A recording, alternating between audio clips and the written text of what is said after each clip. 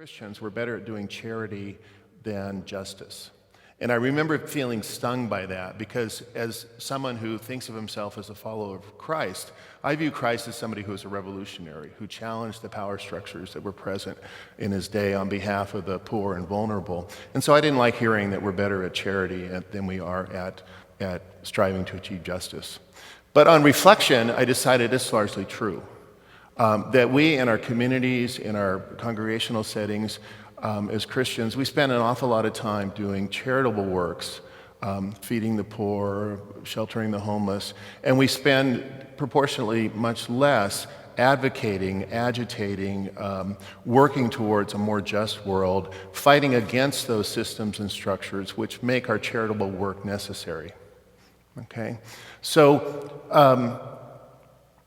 in this talk, I'm going to try to explore that. Explore the strengths of charity, but also the limitations and the weaknesses of charity. Talk about why it's hard for us to do advocacy, and then suggest basically a model where we can kind of move the dial a little bit in the direction of not abandoning charity, but moving it more towards a balance with advocacy. And I want to say from the outset that the organization I lead has not figured this out. So this is a work in progress for us. The Sierra Service Project, I know some of you are familiar with. We are primarily a service learning youth ministry organization. We do charitable acts. We put young people to work serving, repairing homes for people who lack the income to do it themselves, working with other nonprofits in local settings, doing similar kinds of work. So this is something that we're figuring out. And as a little commercial, if you're interested in learning more about SSP, there's a number of folks in addition to me who are very familiar with it. So please come and see me and I'd be happy to tell you more. So I'm here arguing that as Christians, we're not doing enough to advocate and agitate for a more just world. So let's talk about what charity is. At its core, I view charitable acts as acts of love. So they're often immediate and direct and personal. They create a personal bond between me, the giver or the helper, and the person that I'm helping. When they're done right, charitable acts can help build understanding and empathy. They create that strong personal connection.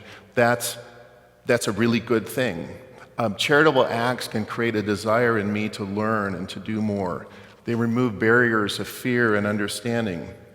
And when they're done right, they can really save lives.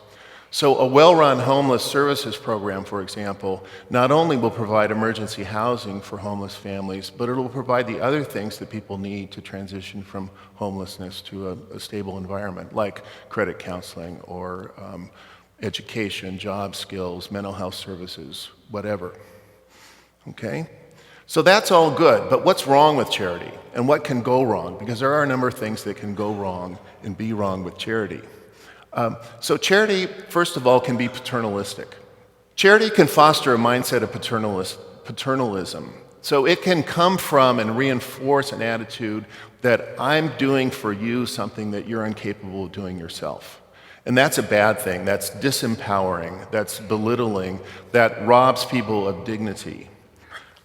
It also can create an attitude or a mindset of dependency on the part of those receiving services and charity. And we've worked a fair amount with homeless services agencies on Skid Row in LA.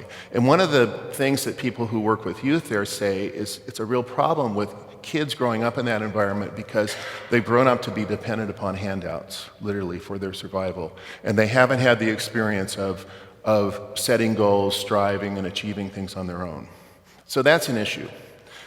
Charity can also be very colonial or colonialistic. So I worked for a number of years with the United Methodist Church in Honduras and the Volunteers in Mission organization there. And I really came away believing that most of the North Americans working in that activity had the attitude that the Hondurans were not capable of running their own affairs, that they lacked the mindset, the knowledge, the education, the skills to make their own decisions about their communities and about their churches. And that was really destructive and wasteful and inefficient and led to lots of dysfunction. Charity can also be spiritually lazy. So we're taught to give abundantly out of everything that we've been blessed with, right? So often the American ideal of charity is to give out of our excess and to give the things that we no longer need or want. Okay? Charity also can lead to overconsumption. One of my pet peeves are, shoe companies that will donate a pair of shoes if I buy one, or, the water company that'll give a nickel if I buy a bottle of their water. Well, in my opinion, giving a nickel to a water charity doesn't come close to offsetting the environmental costs of consuming water out of a bottle. Charity tends not to be proactive. So if you take, for instance, the case of global warming, there's a lot we don't know about global warming, but there's several things we really know for sure. And one is that it's real, and another is that it's going to disproportionately affect the poorest and the most vulnerable people in the world. And all of our charitable acts, as good as they are, they're not doing anything to slow down or halt the accumulation of greenhouse gases in the environment. So it's not proactive. And another problem is that charity, sort of by its nature, tends to address symptoms and not causes. So to pick on my own organization, so we repair homes for people who lack the income to do it themselves. And well, why do they lack the income? It's in part, at least, because we have an economic system that creates winners and losers and creates a lot of losers. So, and you could go on with other examples. We hold used book drives for schools that lack the income to buy new books for their students. We have a whole system of emergency food aid that thankfully churches are heavily invested in. But the reason that's necessary is because, in part, in this country we have a minimum wage that's not a living wage. And people depend upon that additional food aid. And I could go on and on. In fact, you can argue that it's our willingness to be generous and be charitable that allows us to maintain this very capitalistic system in this country that consigns a growing number of people to poverty. And it's fascinating to me that there's no correlation worldwide between charitable giving and things like income inequality, poverty, those types of things. So we've all seen this. This saying, there's a lot of things wrong with this. This presumes, where should I start? This presumes that the reason a person is poor is because they lack skill. And my experience working with poor people is, by and large, poor people are incredibly ingenious, skillful. That's a survival thing that poor people develop. And so this whole idea that this person is poor because he lacks the knowledge is false. He's poor, he's unable to have fish because he lacks the means and the access and power.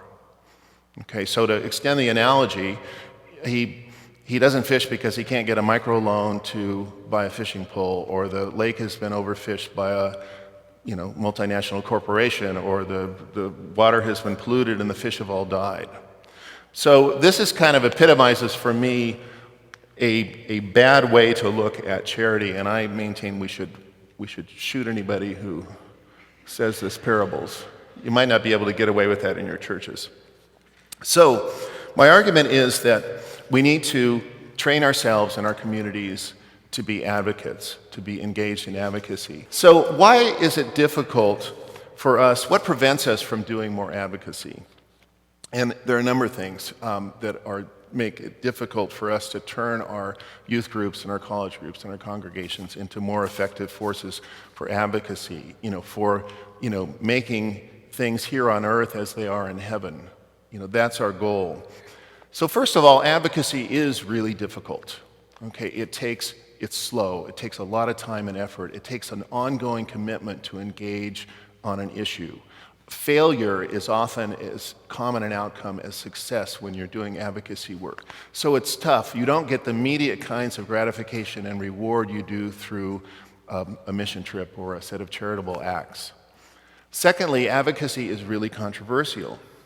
Look at the battle for health care or immigration rights. These are things where people have opinions on, and unfortunately people bring their political persuasions to church just as much as they get informed by church in the other direction. For even homelessness, when it comes to policy and advocacy, is a controversial issue. So what would it really take to end homelessness in this country? It would take things like much greater investment in mental health care, which takes public dollars, which means tax increases. It would take things like greater investment in public housing or low-income housing, which means putting low-income housing in middle-class communities. That's a controversial thing. That would be controversial in your churches. It would take hiking the minimum wage significantly, which would be another controversial thing. So it's controversial, but that doesn't mean that we should shy away from the challenge of doing it, obviously. So I want to offer 3 things that I think are practical steps that we could take, that you could take as leaders in your communities. Just hold it there for a little bit. So the first thing is that I think we need to send the message as leaders that charity is good, but it's not adequate. That charity needs to be combined with and put on the same level as advocacy in our churches, in our communities. So as we're extolling the virtues or promoting charitable works, we also need to be doing the same for advocacy works. I've seen a lot of mission teams be commissioned and blessed as they go forward, but I can't remember seeing a team of people blessed and as they go out to march in an immigrants' rights march or do a letter writing campaign or meet with legislators. So we need to put those 2 things at the same level as we celebrate them in our communities. Okay? And then finally, I think we need to adopt a model in which we take a holistic and more systemic approach to engaging with social issues. And this is what this is supposed to try to convey. So the idea here is that we should start our activities with study.